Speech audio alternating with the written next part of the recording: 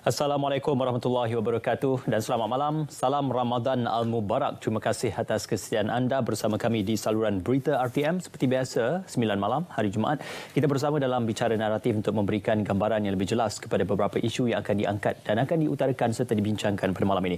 Sudah pastinya kita mengkorelasikan hasil daripada apa yang dijayakan oleh pihak kerajaan, iaitu program imunisasi COVID-19 kebangsaan yang kini memasuki fasa kedua seperti mana yang diiltizamkan oleh Kementerian Kesihatan Malaysia dan pihak kerajaan Malaysia dalam usaha kita untuk mencapai herd immunity ataupun imuniti kelompok menjelang tahun 2022. Maka fasa itu akan terus berterusan dan juga proses pendaftarannya masih terus dilaksanakan.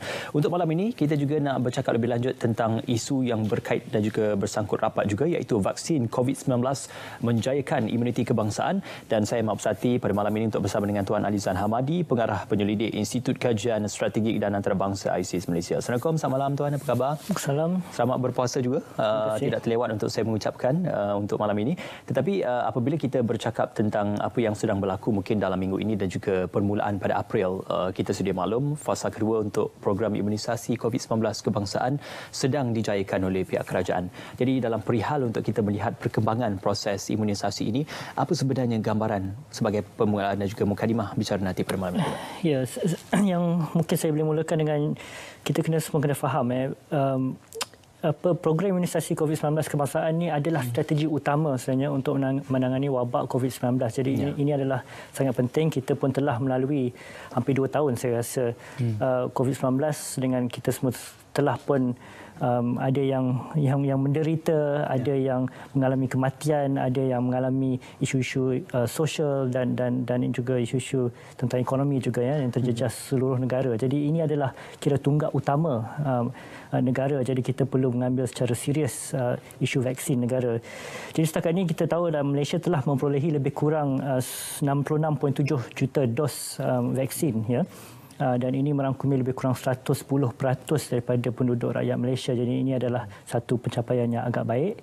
Dan kita memperolehi vaksin ini daripada 5 pengeluar vaksin, iaitu Pfizer-BioNTech, AstraZeneca, Sinovac, CanSino dan juga Sputnik V, ya. Jadi kita menggunakan profil yang luas untuk memperolehi vaksin dalam masa yang depan.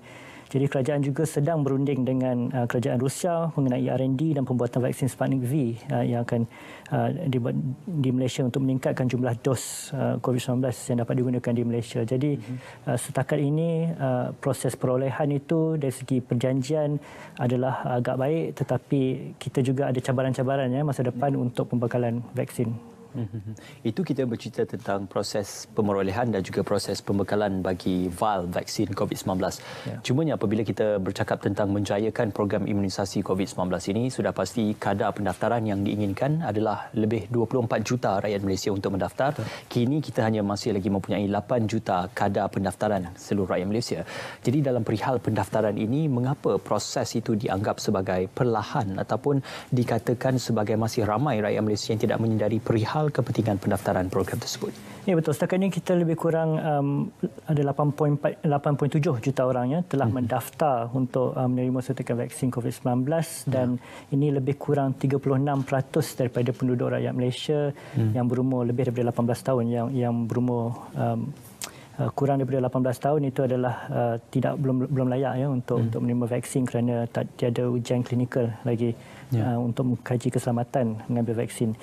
Jadi sasaran kita adalah 80%, 80% untuk menerima suntikan vaksin dan sekarang kadar pendaftaran adalah 36%. Jadi kita tengok mungkin agak risau kerana kita belum capai 80% atau berdekatan dengan 80%. Tetapi mungkin ada beberapa faktor kenapa kadar pendaftaran ini agak slow, ya. Yang pertama sekali mungkin juga kerana kebanyakan penduduk rakyat Malaysia terdiri daripada fasa ketiga, yang belum lagi bermula. Jadi mungkin juga rakyat-rakyat Malaysia sedang menunggu sebelum mendaftar kerana mereka belum lagi giliran mereka untuk mendaftar. Jadi ini mungkin salah satu isu utama. Jadi bila kita ke fasa ketiga, sepatutnya di bulan Mei tak salah saya, mungkin kita akan nampak peningkatan dalam pendaftaran.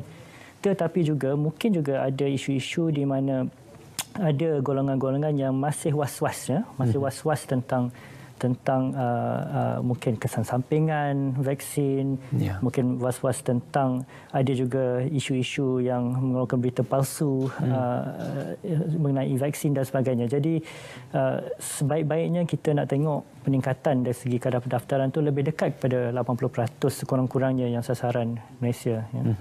Itu mungkin disebabkan program imunisasi COVID-19 ini adalah bersifat sukarela. Makanya tertakluk dan juga bergantung kepada individu sama ada ingin mendapatkan atau tidak ingin mendapatkan program imunisasi.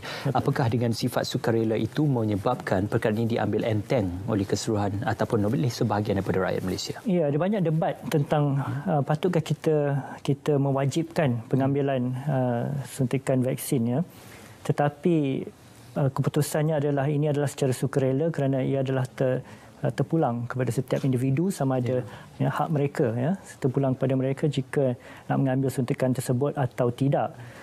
Jadi ini saya rasa tidak patut menjadi kekangan. Memanglah kalau wajib tu kita boleh harapkan 100%, tetapi harapannya adalah orang Malaysia, rakyat Malaysia akan memahami dengan sendiri kepentingan mengambil vaksin tanpa diwajibkan. Jadi saya rasa sekarang ini kita ada banyak program-program, proses-proses untuk rakyat Malaysia memahami dengan lebih mendalam kenapa pentingnya mengambil vaksin. Contohnya, kita telah beberapa survei yang dilakukan oleh WHO, oleh Agensi Pengurusan Bencana dan sebagainya menunjukkan sebenarnya ada peningkatan tentang kesedaran sepanjang COVID-19. Dahulunya mungkin tak salah saya lebih kurang hanya 1/3 rakyat Malaysia yang ingin mengambil vaksin. Sekarang selepas tu pada bulan 12 tahun lepas dia meningkat kepada 2/3. Dan kemudian ada satu lagi survei daripada WHO juga, ia telah meningkat kepada 3/5. Jadi kita dah ada nampak peningkatannya. Dan juga bila ada survei-survei mengenai jika rakyat Malaysia ni merasakan COVID-19 itu sesuatu yang berbahaya. Jadi kita nampak juga, tak salah saya, salah satu survei 99% mengatakan mereka bimbang tentang COVID-19. Jadi kita nampak peningkatan kesedaran itu. Jadi harapnya lah vaksin pun sama. Walaupun vaksin kita tak sama dengan kesedaran tentang COVID-19, tetapi harapannya adalah masa berlalu mungkin kita akan, rakyat Malaysia akan lebih sedar tentang kepentingan mengambil vaksin dalam masa depan. Adakah kepelbagaian kesedaran tentang vaksin dan juga isu-isu tentang perdebatan vaksin ini banyak disebabkan oleh jenis-jenis vaksin itu sendiri? Kerana kita sedia maklum setiap jenis dan juga jenama vaksin itu membawa kadar peratusan pelindungan yang berbeza, malah mempunyai kita kata kandungan yang berbeza juga untuk disuntik ke dalam tubuh badan manusia. Jadi ini mungkin menimbulkan beberapa perdebatan hangat, iaitu kesan sampingan yang mungkin berbeza yang akan dibawa oleh setiap jenis itu, yang mungkin akan menjadi satu perdebatan yang tiada kesudahannya. Mungkin itulah salah satu sebabnya, dan kita pun tengok baru-baru ni terdapat isu pembekuan darah untuk AstraZeneca dan juga Johnson & Johnson. Untuk konteks Malaysia kita mengambil juga AstraZeneca, ya. Jadi ini mungkin salah satu daripada isu, sekali lagi, kenapa beberapa rakyat mungkin was-was sedikit tentang pengambilan vaksin. Tetapi kita kena yakin dengan bahagian NPRA kita, pharmaceutical punya regulatory punya agensi. Kita kena yakin dengan mereka kerana mereka akan meluluskan dan membuat kajian tentang apakah yang selamat untuk diambil dalam konteks Malaysia. Juga bezanya COVID-19 dengan mungkin isu virus yang mungkin cuma setempat, yang tidak merebak sedunia. Kita juga boleh mengharapkan kajian sedunia dengan COVID-19, dan kita mengalami beberapa fasa kajian yang telah dijalankan oleh saintis-saintis pada dunia. Jadi gabungan ini kita sebagai orang kata rakyat ni, kita perlu meletakkan keyakinan kita kepada autoriti-autoriti tersebut. Sudah pastinya itu memerlukan satu strategi dan juga gerak kerja serta libat urus yang berkesan, bukan sahaja di pihak Kementerian Kesihatan Malaysia tetapi juga di pihak pemimpin-pemimpin di peringkat akar umbi dan juga pimpinan masyarakat. Jadi kesedaran tentang kepentingan vaksin dan juga pendaftaran vaksin ini perlu diterjemahkan kepada peringkat akar umbi. Bagaimana untuk kita menurunkan dari pimpinan atasan kepada peringkat akar umbi supaya kesedaran itu tidak terhenti di tengah-tengah? Ya, di sini komunikasi sangat penting. Komunikasi dengan komuniti-komuniti tempatan. Salah satu daripada kajian yang saya membuat adalah membuat kajian dengan komuniti setempat, dan kami telah pun juga di beberapa kawasan setempat mengadakan program untuk pengenalan COVID-19 dan kepentingan vaksin di kawasan setempat. Jadi kami memanggil pakar-pakar, doktor-doktor dan sebagainya untuk menerangkan apakah isu-isu yang mungkin komuniti khawatir. Jadi kita perlu juga mendengar daripada mereka apakah isu-isu yang dibangkitkan, dan banyak isu-isu yang dibangkitkan agak mendalam sebenarnya. Contohnya kenapa kita kena suntik COVID-19 sendiri jika kita nak mengambil vaksin, dan ini memerlukan penerangan yang agak mudah daripada pakar-pakar. Jadi ini bukan orang kata whole of society approach, sebab dia perlukan komunikasi daripada pemimpin akar umbi dan juga kerajaan pusat juga. Jadi saya rasa perlukan koordinasi yang lebihlah tentang komunikasi dan penyampaian maklumat tu di akar umbi. Ya, dalam hal kita melihat kepada manfaat yang dibawa oleh vaksin COVID-19 ini, penilaian risiko yang dilakukan oleh pengamal perubatan dan juga pihak KKM adalah ia membawa lebih banyak manfaat daripada keburukan. Maka kita tidak boleh menafikan akan ada kesan sampingan yang akan diperolehi oleh setiap tubuh badan yang berbeza. Namun, manfaatnya itu melebihi daripada kesan-kesan sampingan yang dibawa. Jadi bagaimana dalam perihal kita melaksanakan strategi pemahaman vaksin, penilaian risiko kepada manfaat yang lebih daripada keburukan itu perlu untuk diperjelaskan. Ya, hakikatnya kita sekarang mengalami satu gejala wabak yang agak buruk, yang orang kata mungkin once in a lifetime. Jadi kita perlu, macam mana pun, apa-apa keputusan yang kita buat ada risiko dia sebenarnya. Dan cuma kita perlu menilai apakah risiko itu. Kita ambil contoh sekali lagi tentang isu pembekuan darah berkenaan dengan vaksin AstraZeneca dan Johnson & Johnson. Jadi setakat ini kes pembekuan darah itu adalah sangat jarang. Pada masa yang sama, kes pembekuan darah di dalam kes-kes COVID-19 juga adalah lebih tinggi daripada kes pembekuan darah untuk dalam pengambilan vaksin. Jadi di situ pun kita kena menilai risiko, di manakah risiko yang lebih, dan hakikatnya kalau kita mendapat COVID-19, ia boleh mengakibatkan kematian. Jadi itu adalah risiko yang sangat besar. Berbezanya dengan vaksin, mungkin ada kesan sampingan yang kecil. Setakat ini tak ada bukti yang ia boleh mendatangkan kematian. Jadi kita perlu menilaikan risiko mana yang kita perlu ambil di masa yang orang kata mungkin luar biasa di masa kita sekarang ni. Okey, berbalik kepada mengapa kita memerlukan vaksin COVID-19 itu, ia kembali menjurus kepada untuk kita memutuskan rantaian jangkitan COVID-19. Apabila lebih daripada 80% kelompok masyarakat mendapat vaksin COVID-19, maka jangkitan virus itu akan terhenti di situ dan tidak akan boleh berjangkit kepada keseluruhan komuniti. Jadi dalam perihal kepada menghentikan keluk jangkitan itu, herd immunity itu merupakan terma yang selalu dimainkan dan juga selalu dibincangkan di peringkat global. Jadi bagaimana ia berfungsi sebenarnya untuk memastikan kita dapat menilai untuk kita menghentikan jangkitan COVID-19? Jadi herd immunity ini adalah imunisasi secara kelompok. Jadi kita boleh jadikan dari segi melalui vaksin ataupun melalui semula jadi. Jadi kalau melalui vaksin, dia punya risikonya adalah kurang berdasarkan kajian, dan efektifnessnya adalah pada tahap yang tinggi. Bezanya kalau dari segi semula jadi, mungkin kita perlu menghidap dulu penyakit COVID-19 dan seperti mana kita tahu, kumpulan-kumpulan yang rentan mungkin akan mengalami kesan yang buruk, malah akan mengalami juga kematian. Jadi imunisasi kelompok ni bukan tak semestinya semula jadi, itu yang penting dan efektifnessnya lebih kepada herd immunity bila menggunakan vaksin. Jadi itu kita kena faham, kerana kadang-kadang ada salah faham yang herd immunity ni adalah cuma proses yang semula jadi di mana tak perlu mengambil vaksin. Maka dalam perihal itu, saya faham apa yang cuba disampaikan. Kita tidak boleh mengambil risiko dengan membiarkan kadar kematian meningkat hanya disebabkan untuk kita mencapai herd immunity secara semula jadi ataupun immunity kelompok secara semula jadi. Mungkin itu kita akan korelasikan dan kita akan lanjutkan perbincangan kita, Tuan Anizan. Kita akan berjeda seketika. Sebenarnya kembali dalam Bicara Naratif.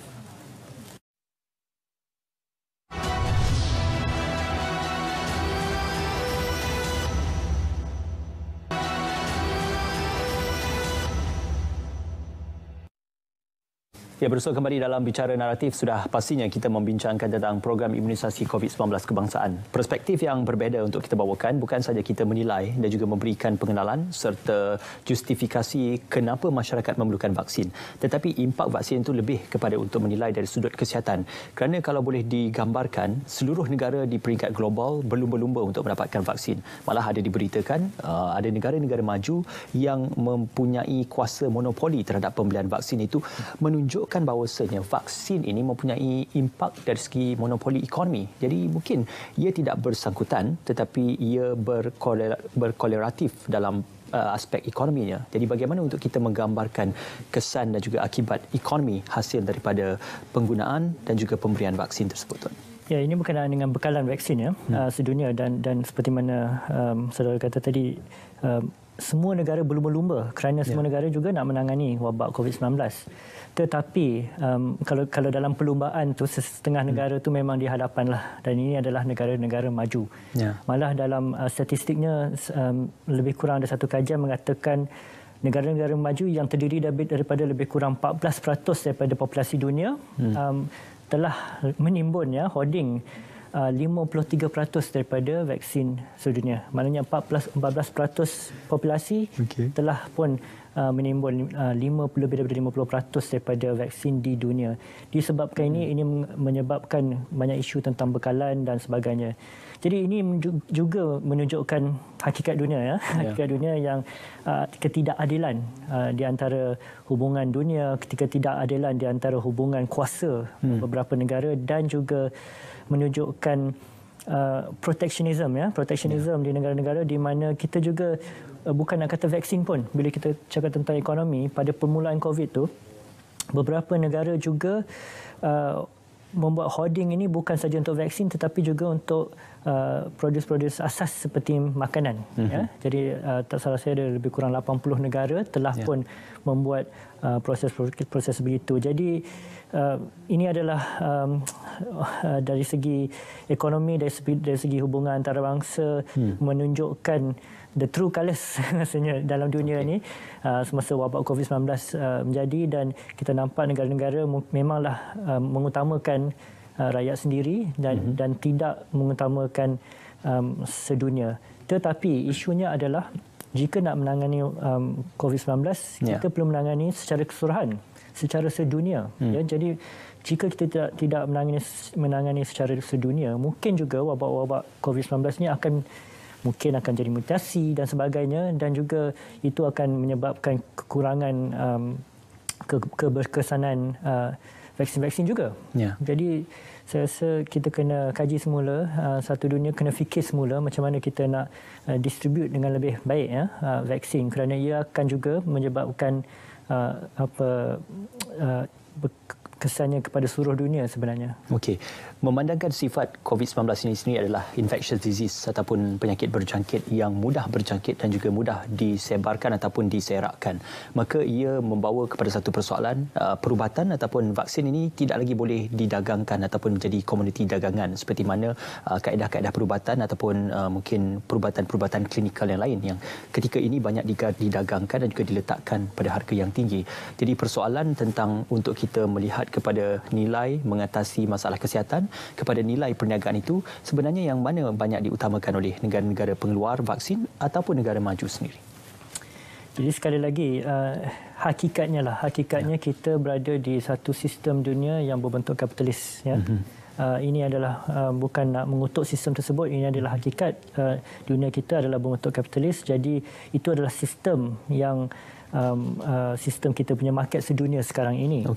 Jadi pada pendapat saya, sepatutnya kita perlu perlu lebih menyebelahi kepada isu kesihatan, kerana isu kesihatan ini adalah isu yang mungkin paling penting kepada kita, kerana ini isu bukan seperti mana saya sebut tadi, ini boleh memang betul-betul life and death matter, ya. Ini isu tentang kehidupan, kematian dan juga kesihatan. Jadi kita tak boleh ambil ringan isu-isu tersebut. Tetapi apa yang terjadi, kita tengok harga-harga juga kepada vaksin ini, walaupun tertakluk kepada non-disclosure agreement, ya, NDA, jadi kita tak tahu secara spesifik berapa harga, tetapi kita nampak harga-harga yang berbeza sedunia. Untuk Malaysia, tak salah saya secara purata, saya ada baca lebih kurang RM39 satu dos, jadi ini adalah sebenarnya agak rendah. Tetapi beberapa negara seperti saya ada terbaca di South Africa contohnya lebih daripada 2 kali ganda daripada di Eropah. Okey. Jadi ini sekali lagi kita nampak ketidakadilan dari segi dia punya ekonomi vaksin sedunia, ya. Maka kalau kita ingin juga menyentuh tentang kesedaran untuk perihal memberikan vaksin, kita tidak boleh menjustifikasi negara-negara maju ini terkehadapan dalam memberikan vaksin kepada masyarakatnya. Ya, memang benar Israel adalah antara peneraju dalam memberikan vaksin dengan kadar capaian lebih 96% ketika ini. Namun masih lagi ada negara maju yang tertinggal di belakang seperti Jepun dan juga Korea Selatan yang masih lagi kadar peratusannya lebih rendah daripada Singapura. Maka dalam perihal untuk bercerita tentang kesedaran negara maju ini, ada juga negara maju yang masih lagi perlahan dalam memberikan program imunisasi mereka. Ya, saya rasa setiap negara dia ada karakteristik yang berbeza sebenarnya. Jadi bukan semua negara maju yang sama. Ada negara maju yang seperti mana dikatakan tadi, Jepun dan South Korea yang masih slow, ya, dalam pengambilan vaksin dan sebagainya, dan saya pun tak pasti kenapa, sebab tertentu yang begitu. Jadi tak semua negara sama, ya. Jadi kita tak boleh kelompokkan semua negara maju sama dengan semua sekali. Tetapi yang kita nampak terutamanya negara-negara pengeluar, mereka lebih mengutamakan rakyat sendiri dan lebih menggunakan praktis hoarding tersebut. Okey. Tadi kita ada bercerita dan juga menyentuh tentang ekonomi vaksin. Sudah pasti dalam tempoh setahun yang lalu kita banyak mewar-warkan tentang ekonomi digital ataupun corak ekonomi berasaskan digital. Namun ia tidak boleh diaplikasikan dalam sektor pelancongan ataupun sektor pengangkutan penerbangan yang mana masih lagi memerlukan pergerakan secara fizikal dan juga interaksi manusia bersama dengan manusia. Maka dalam perihal ini, bagaimana vaksin ini sebenarnya merupakan jawapan kepada apa yang ingin kita gambarkan, kembali kepada status quo seperti sebelum ini supaya ekonomi itu bergerak seperti biasa. Ya, betul. Saya rasa salah satu daripada mungkin yang baiklah yang keluar daripada COVID-19 ini adalah contohnya penggunaan teknologi, penggunaan teknologi digital. Tetapi seperti mana dibangkitkan tadi, tak semua yang dapat, tak semua sektor yang boleh bergantung pada digital, ya. Dan saya membuat beberapa kajian setempat di mana sektor turisme kita memang sangat menghadapi kesan yang buruk terhadap COVID-19 dan juga beberapa sektor-sektor yang lain. Jadi disebabkan itulah kenapa sekali lagi saya mulakan perbincangan ini dengan mengatakan vaksin adalah titik permulaan, ya. Vaksin adalah strategi utama untuk menangani wabak COVID-19. Kerana beberapa sektor seperti pelancongan memang terkesan buruk. Tak salah saya lebih kurang contohnya di Langkawi di mana pelancong datangnya lebih kurang 3 juta atau sebagainya sebulan, ya, dalam wabak COVID. Hampir bila saya pergi ke Langkawi hampir kosong, ya.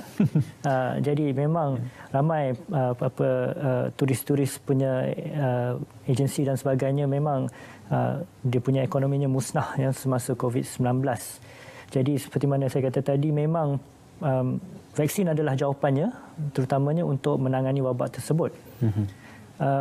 Juga kita kena fikir tentang ekonomi-ekonomi yang kecil juga. Jadi contoh penjaja-penjaja contohnya, bila kita membuat PKP dan sebagainya, penjaja-penjaja juga terjejas pendapatan mereka. Yang ini adalah lazimnya golongan B40, ya. Dan mereka memang pendapatan mereka terjejas dan kualiti kehidupan mereka pun memang terjejas. Okey. Maknanya dalam hal untuk kita bercakap tentang ekonomi fizikal ini, kebergantungan kepada vaksin itu masih diperlukan kerana ada beberapa sektor juga yang tidak boleh digerakkan secara sepenuhnya menggunakan ekonomi digital. Itu adalah asas pemahaman yang perlu untuk kita persetujui dan perlu untuk kita sedia maklum. Itu juga kita nak bercakap tentang pembangunan vaksin. Mungkin kalau disebutkan kepada beberapa jenis vaksin, Amerika Syarikat, Belgium, China adalah antara pengeluar jenama-jenama vaksin yang terkenal. Namun baru-baru ini juga diumumkan Iran antara negara yang terbaharu dalam perihal membangunkan vaksin jenisnya tersendiri. Jadi ini menggambarkan negara yang tidak disangka-sangka dalam isu pembangunan perubatan ataupun pembangunan klinikal ini juga turut bersedia untuk melihat perkara pembangunan penyelidikan saintifik ini sebagai satu perniagaan yang menguntungkan. Jadi adakah akan kita melihat kebangkitan negara-negara kecil untuk turut bersama dalam pembangunan vaksin? Memang kita tengok daripada segi semasa COVID-19 ada kenaikan daripada segi mungkin dari segi tarikan kepada daripada industri penyelidikan, pembuatan vaksin dan sebagainya, bukan saja di negara-negara maju tetapi di negara-negara kecil juga dan juga di Malaysia dari segi pembuatan, dari segi penyelidikan dan sebagainya. Jadi COVID-19 memang telah meningkatkan kesedaran tentang kepentingan kepentingan fasiliti-fasiliti yang berkaitan dengan pembuatan vaksin, contohnya dengan human capital yang berkaitan dengan penyelidikan vaksin. Contohnya di Malaysia kami telah menghadapi SARS dahulu dan juga menghadapi virus Nipah juga sebelum ini. Jadi di Malaysia pun kami ada pakar-pakar yang berkenaan dengan vaksin dan sebagainya, dan ini patut diteruskan dan dibangkitkan lagi pakar-pakar di Malaysia. Ya, insya-Allah mungkin kalau kita lihat replikasi ataupun penggunaan vaksin secara generik ini akan dapat dibangunkan ataupun dihasilkan mungkin oleh saintis-saintis tempatan ataupun pendidik perubatan tempatan. Itu mungkin kita akan panjangkan dan juga kita lanjutkan perbincangan kita seketika nanti untuk kita berehat seketika dan kita memberikan laluan untuk kita melihat bagaimana selepas ini apakah antara faktor-faktor ekonomi yang menjadi penggerak kepada vaksin ini terus dijana dan juga digerakkan, dan bagaimana ia adalah satu kesan simbiosis kebergantungan vaksin dan juga perihal penghidupan manusia secara keseluruhannya. Kita akan berjeda seketika, semuanya kembali nanti dalam Bicara Naratif.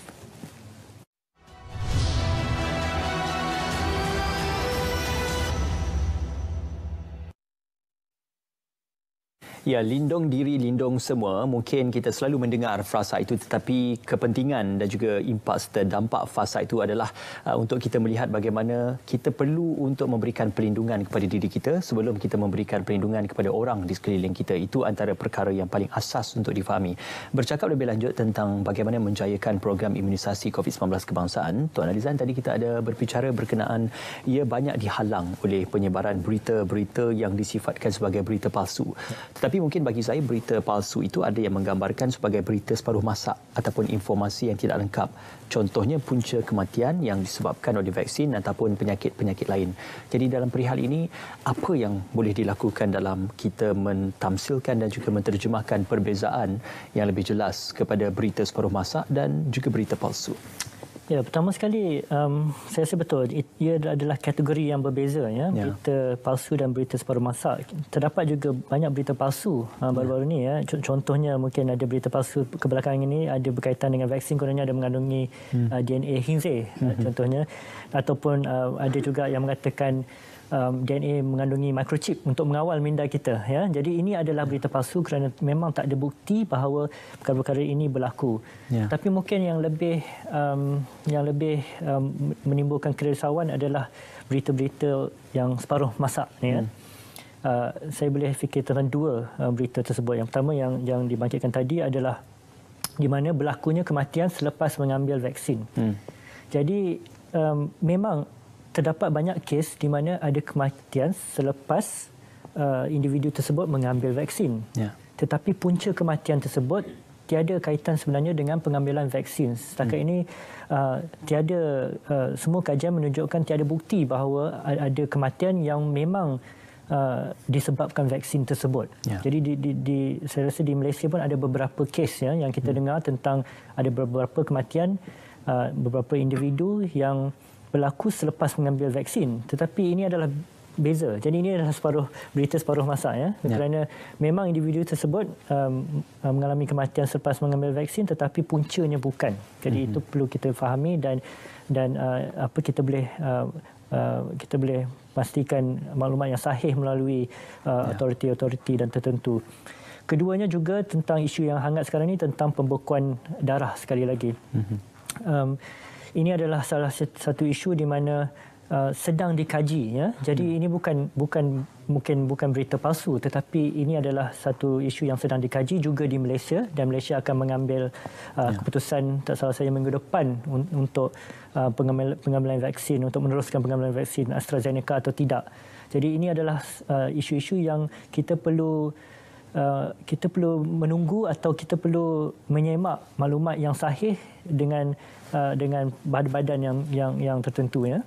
Dan jangan cuma percaya dengan seterusnya berita-berita tersebut. Okey. Tetapi dalam perihal kita memberikan pelan imunisasi COVID-19 dan juga program imunisasi ini, sudah pasti kita perlu mempunyai krisis management ataupun pengurusan krisis dan juga contingency plan sekiranya ia berlaku seperti yang tidak diingini ataupun ada beberapa perkara yang tidak diingini berlaku terhadap program imunisasi dan juga vaksinisasi tersebut. Apakah kita sudah perlu untuk bersedia dalam melaksanakan contingency plan ataupun krisis management terhadap beberapa perkara yang mungkin akan berbangkit tidak lama nanti? Ya, pada pendapat saya, kita memang telah bersedia pun. Dan salah satu strategi tersebut adalah kita, seperti mana saya kata tadi, kita ada portfolio vaksin. Ya. Jadi kita tidak bergantung hanya kepada satu vaksin. Contohnya, sekali lagi, isu yang hangat sekarang yang tengah berdebat tentang isu AstraZeneca, kita juga kita juga telah memperolehi Sinovac, CanSino dan Sputnik V. Terutamanya AstraZeneca dan Sinovac telah pun diluluskan oleh NPRA. Jadi kita tidak boleh bergantung hanya kepada satu pembuat. Okey. Itulah salah satu crisis management punya strategi di Malaysia. Bercakap juga tentang kesedaran untuk memastikan agar masyarakat tahu dan juga peka kepada impak dan juga manfaat vaksin COVID-19 ini. Saya ingin mengambil rujukan kepada kes polio yang mana kita sudah pun bebas suatu ketika dahulu, tetapi 2 tahun sejak kebelakangan ini kes polio muncul kembali. Mungkin disebabkan ada beberapa bahagian di negeri Sabah yang dilaporkan ada beberapa masyarakat di situ yang tidak mengambil vaksin polio ataupun mereka dikatakan tidak pernah menjalani program vaksinisasi kebangsaan. Maka dalam perihal kita melihat kepada program imunisasi polio dan juga beberapa penyakit lain, dahulunya ia banyak digerakkan dengan program kempen secara besar-besaran. Malah selebriti, pemimpin negara juga turut ditunjukkan di kaca TV supaya mengambil vaksin. Namun dalam konteks vaksin COVID-19 ini, mengapa bukan saja di peringkat tempatan tetapi di peringkat global pemahaman dan juga kempennya itu dilihat ada banyak halangan yang terpaksa dihadapi dan terpaksa diharungi?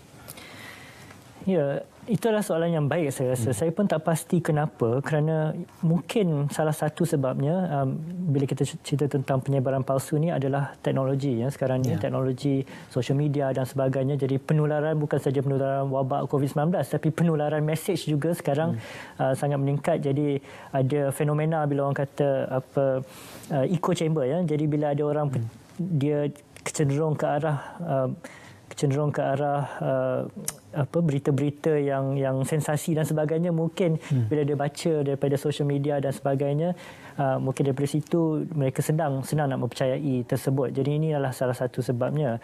Tetapi juga saya rasa ini adalah skalanya adalah sangat besar ya. Ini adalah satu wabak sedunia dan saya rasa ini adalah kali pertama di dalam beberapa abad atau beberapa ratus tahun ya yang wabak sebegini berlaku. Jadi dengan itu saya rasa memang terdapat banyak cabaran-cabarannya disebabkan sistem-sistem di dunia ini. Jadi saya rasa juga bila kita tengok tentang sekali lagi tentang keyakinan rakyat tentang isu-isu COVID-19 ini, sebenarnya kita tengok kebanyakan rakyat seperti mana saya kata tadi, bila buat survey sebenarnya percaya dan yakin tentang isu-isu COVID-19 ini adalah isu yang benar, yakin dengan isu vaksin dan sebagainya. Cuma mungkin perlukan pemahaman yang lebih mendalam sahaja. Di Malaysia kita dikatakan ataupun dikira bertuah tuan kerana bukan saja vaksin COVID-19 diberikan secara percuma untuk 2 dos suntikan, tetapi juga untuk kaedah-kaedah perubatan dan juga klinikal yang lain juga turut diberikan hampir percuma kepada keseluruhan rakyat Malaysia ataupun warga negara Malaysia.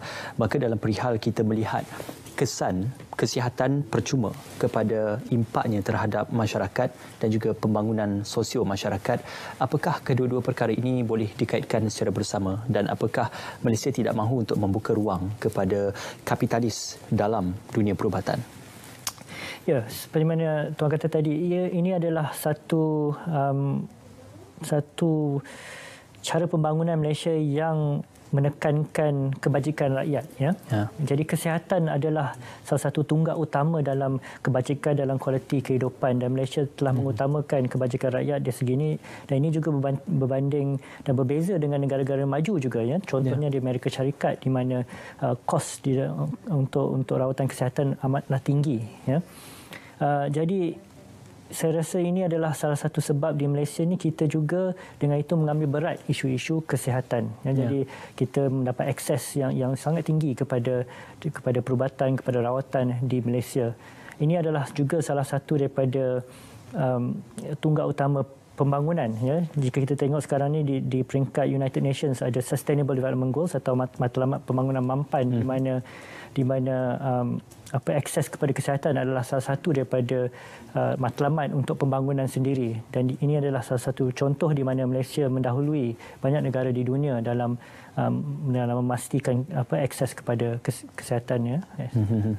Dalam Social Development Goal itu mungkin dilanjutkan sedikit berkaitan tentang bagaimana impak kesihatan, ekonomi itu turut digerakkan bersama dan juga dasar-dasar kerajaan juga turut memberikan gambaran kepada kesediaan rakyat untuk menyahut apa yang telah pun digagas oleh pihak kerajaan. Semuanya itu kita akan korelasikan seketika nanti. Kita akan kembali berjeda seketika untuk kita kembali dalam Bicara Naratif seketika nanti.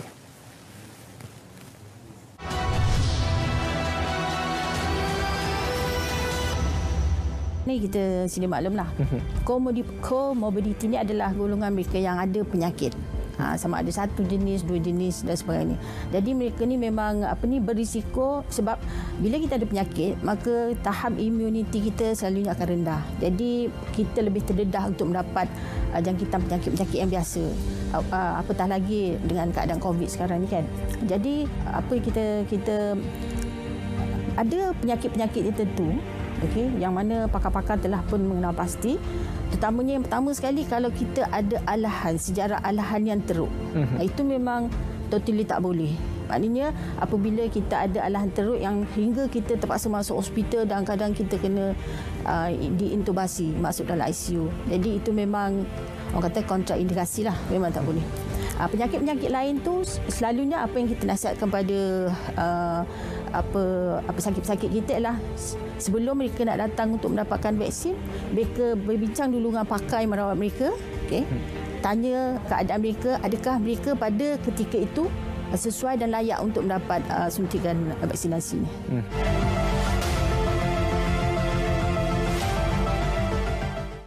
Ya, itu dia Bicara DR. Anda boleh tonton di saluran berita RTM. Ketika ini di setiap Khamis pada pukul 9 malam untuk kita membawakan isu-isu perubatan dan juga isu-isu klinikal yang mungkin anda boleh ketahui ataupun beberapa petua-petua perubatan yang mungkin boleh dikongsi dengan para penonton Bicara DR. Kembali kepada topik perbincangan kita juga berkaitan tentang isu perubatan iaitu program imunisasi COVID-19 ataupun vaksin COVID-19. Tuan Adizan, kita nak menyentuh sedikit tentang Sustainable Development Goal. Dalam SDG itu sudah pasti isu-isu kesihatan tidak boleh dipisahkan kerana kalau boleh kita melihat setiap aspek pembangunan dan juga kerangka pembangunan setiap negara itu perlu untuk mementingkan kesihatan, termasuklah isu-isu tentang pandemik. Pandemik ini juga dilihat sebagai satu kebertanggungjawatan kerajaan dan juga global. Jadi bagaimana dalam Sustainable Development Goal ini melihat kepada isu-isu kebarangkalian berlaku pandemik ataupun penyakit-penyakit yang tidak terjangka pada masa depan? Ya, dan dalam Sustainable Development Goals, pertama sekali mungkin saya terangkan sedikit, mengandungi 17 matlamat. Ini merangkumi isu-isu sosial, isu-isu ekonomi dan juga isu-isu alam sekitar, dan dalam isu sosial, isu kesihatan adalah salah satu daripada isunya. Tetapi yang pentingnya, isu Sustainable Development Goals ini meletakkan semua isu-isu tersebut di bawah satu kerangka.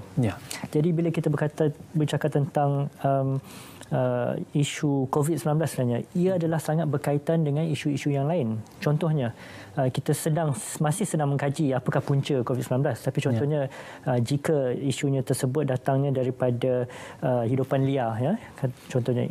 Dan hidupan liar itu ada dia punya kaitannya dengan habitatnya, iaitu hutan-hutan dan sebagainya. Jadi ia ada kaitan dengan alam sekitar dan sebagainya. Jadi Sustainable Development Goals ni melihat isu kesihatan ni secara menyeluruh. Secara kaitannya bukan saja kepada direct kepada kesihatan, ia juga tengok impaknya dan kesannya kepada kesihatan, tetapi juga kepada isu-isu lain seperti sosioekonomi dan juga alam sekitar juga, seperti yang saya kata tadi. Jadi bila kita tengok wabak COVID-19 ni, seperti mana semua tahu sekarang, ia tidak hanya menjejaskan kesihatan kita, ia menjejaskan kehidupan kita, ia menjejaskan ekonomi negara dan sebagainya. Ya. Jadi saya bagi contohlah bila gelombang COVID-19 dan perintah pengawalan PKP berlaku. Saya bagi contoh bila saya buat kajian setempat bagaimana ia menjejaskan kehidupan orang ramai. Contohnya bila saya ada melawat satu kawasan di mana ramai penoreh getah bekerja di situ, ini di bahagian utara Malaysia. Pekerja-pekerja penoreh getah tersebut adalah sebenarnya daripada Siam. Pekerja daripada Thailand, pekerja Siam. Dan setiap hari mereka merentas sempadan sebenarnya untuk menoreh getah. Dan bila menjadi COVID-19 dan PKP dilaksanakan, maknanya penoreh-penoreh getah ini tidak berjalanlah penorehannya kerana tidak dapat merentas sempadan. Jadi dengan ini hilang segala punca pendapatan penoreh-penoreh getah tersebut. Keduanya, saya juga melihat dan membuat kajian di kawasan setempat, contohnya di PPR. Ya. Di PPR, bayangkan setengah PPR terdapat 2-3 generasi yang tinggal di dalam kawasan yang sangat sempit. Ya. Jadi ini menjejaskan kehidupan mereka di mana mungkin terdapat 8 orang di kawasan lebih kurang 19 square feet. Ya. Dan juga perlu ada anak-anak kecil yang perlu adakan akses kepada digital untuk pembelajaran dan sebagainya. Jadi ini adalah impak yang kita perlu lihat daripada COVID-19, bukan saja daripada kesihatan tetapi daripada segi sosioekonomi. Ya, jadi bila kita menggunakan kerangka Sustainable Development Goals ni, ia melihat secara holistik, secara menyeluruh. Apakah kesan daripada isu-isu bukan saja kesihatan tetapi isu-isu lain juga yang berkaitan dengan salah satu antara yang lain. Pandemik ini ramai yang menyifatkan ia adalah satu pandemik yang unprecedented, yang mana tidak pernah terjangka sesuatu penyakit boleh menyebabkan ekonomi tempatan ataupun ekonomi dunia lumpuh secara total ataupun diberhentikan buat seketika. Jadi ini satu peringatan juga kepada seluruh negara dan juga seluruh manusia bahawasanya cabaran-cabaran dan juga bahana-bahana yang mungkin dibawa daripada sekecil-kecil penyakit yang bersifat zoonotik virus seperti ini juga boleh melumpuhkan ekonomi, bukan saja dari segi aspek politikal, bencana alam, tetapi juga aspek penyakit juga boleh memberi kesan kepada ekonomi. Maka adakah selepas ini akan ada kajian yang akan menghubung kait secara terus antara penyakit berjangkit dan juga ekonomi untuk dikaji secara bersama?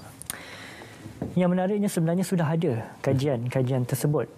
Jadi semasa COVID-19 berlaku, saya melihat kajian-kajian lama yang telah pun memberi amaran wabak seperti COVID-19 ini akan berlaku. Sebenarnya ada yang agak spesifik juga yang memberi amaran. Sudah meramalkan yang penyakit zoonotik mungkin boleh melumpuhkan ekonomi. Jadi memang sekarang ini orang kata penyelidikan tu perlu bersifat interdisciplinary. Jadi perlu melangkau disiplin-disiplin dan melihat kesan-kesan bukan saja daripada bidang sendiri tapi bidang-bidang yang lain juga.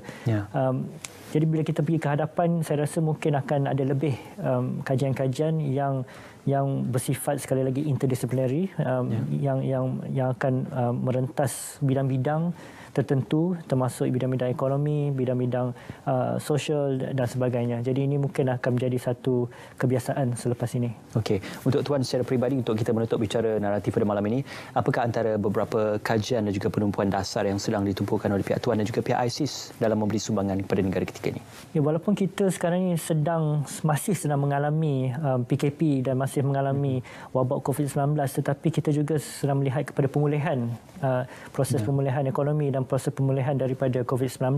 Jadi saya rasa pada masa ini adalah sangat penting untuk kita reflect, memikir semula. Orang kata sekarang banyak negara sedang membuat dasar-dasar untuk build back better. Maknanya daripada pemulihan tu bukan saja kita pergi balik semula kepada pra-COVID, tetapi kita bina semula lebih baik sebenarnya. From ashes lah. Ya. Mungkin orang kata bukan saja build back better, tapi build forward better juga boleh juga. Jadi terdapat banyak kajian, contohnya hanya pada minggu ini Yang Amat Berhormat Perdana Menteri telah mengumumkan bahawa kita akan membuat kajian atau membuat dasar tentang Green New Deal, maknanya pembangunan yang lebih mampan yang mengambil kira alam sekitar. Okey. Dan juga secara itu dilaksanakan oleh ISIS juga. Bukan dilaksanakan oleh ISIS, ini baru diumumkan oleh kerajaan, tetapi ISIS memang memerhati dasar-dasar tersebut dan juga isu-isu seperti yang saya bangkitkan tadi yang ada kaitan dengan sosioekonomi seperti isu-isu tentang perlindungan sosial dan sebagainya. Okey, mungkin secara kesimpulannya ISIS dalam menilai dan juga melihat dan juga memberikan gambaran serta kerangka penilaian untuk tahun 2021, malah tahun 2022 untuk kita selesai program imunisasi. Dalam 2 tahun ini, apakah antara ramalan dan juga jangkaan dalam setiap sektor yang berada di Malaysia khususnya selepas pasca COVID-19? Selepas pasca COVID-19, berdasarkan kajian-kajian tertentu, Malaysia akan pada tahun 2022 ekonomi akan semula meningkat, tetapi kita perlu membuat kajian yang lebih mengenai sektor-sektor yang akan berbangkit selepas ini. Contohnya mungkin ada fokus kepada sektor tenaga hijau, mungkin ada fokus kepada sektor kesihatan juga dan sebagainya. Jadi ini adalah sektor-sektor yang emerging selepas COVID-19. Ya, mungkin sektor-sektor tentang renewable energy juga mungkin boleh terus dibincangkan ataupun persediaan kita dalam menghadapi mungkin cabaran-cabaran era baru dan juga era milenium baru. Terima kasih sekali lagi diucapkan kepada Tuan Alizan Hamadi, pengarah penyelidik Institut Kajian Strategi Antarabangsa ISIS Malaysia, kerana berkongsi pandangan dan juga luahan idea bersama dengan kami dalam Bicara Nanti pada malam ini. Sudah pasti kita bercerita tentang vaksin COVID-19 jayakan imuniti kebangsaan, dan untuk anda yang sudah pun mendapat notifikasi untuk mendapatkan vaksin COVID-19, datang dan juga hadir ke klinik-klinik dan juga pusat-pusat kesihatan yang telah pun dimaklumkan, dan sekiranya anda belum mendaftar, pastikan sama-sama dan juga ayuh kita mendaftar untuk program imunisasi COVID-19 kebangsaan. Walaupun kita sedang menepani bulan Ramadan Al-Mubarak, tapi jadikan bulan Ramadan ini sebagai bulan yang mulia untuk kita menyempurnakan dasar kesihatan negara. Terima kasih kepada Tuan Alizan, terima kasih kepada ISIS kerana bersama kami, dan juga kami tinggalkan anda dengan Assalamualaikum dan selamat malam.